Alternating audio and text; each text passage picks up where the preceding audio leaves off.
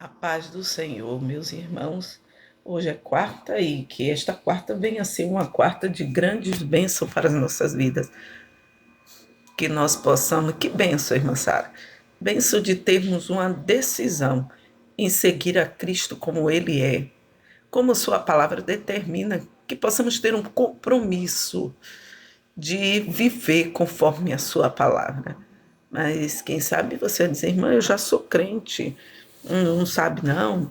Sim, mas será que estamos vivendo conforme a sua palavra?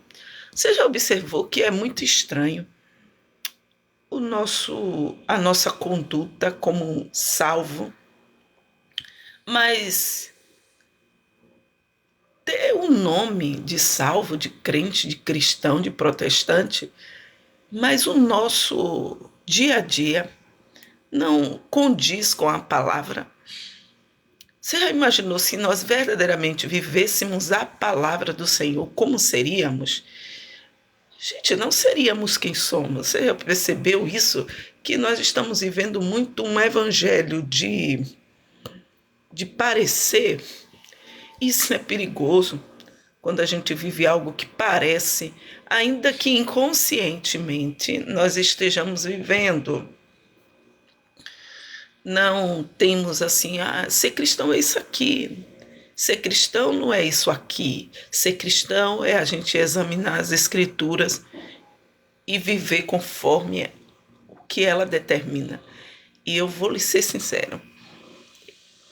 Você vai dizer assim, mas a Bíblia diz que não é para a gente roubar e eu não roubo. E por isso que a gente se apegou apenas a essas coisas e nos conformamos. A Bíblia diz que eu não posso me prostituir e não me prostituo, então eu vivo conforme a palavra. Só que a salvação, ela não está apenas em obedecer os 10 mandamentos. Se você for observar, o jovem rico, ele obedecia os 10 mandamentos, mas tinha um, que era amar a Deus sobre todas as coisas. Ele não fazia. Ele se recusou por causa das riquezas. E nós hoje, por amor à nossa própria vida, nós recusamos a ter uma vida de santidade, temor a Deus. Isso não é evangelho. Se a gente for, quando a gente examina as escrituras, tem mais um tempinho com Deus, tem um relacionamento com Deus, a gente vai ver que estamos totalmente longe do evangelho que Cristo nos ensinou para que vivêssemos. Nós não vivemos conforme as escrituras sagradas. Se nós vivêssemos conforme as escrituras sagradas, nós não teríamos medo das perseguições. Teríamos a certeza que Cristo estaria conosco, nós não teríamos medo da morte. Nós não teríamos medo das doenças. Nós não teríamos medo de sair e evangelizar aqueles que estão perdidos. Nós não teríamos medo das afrontas. Por que tememos tanto?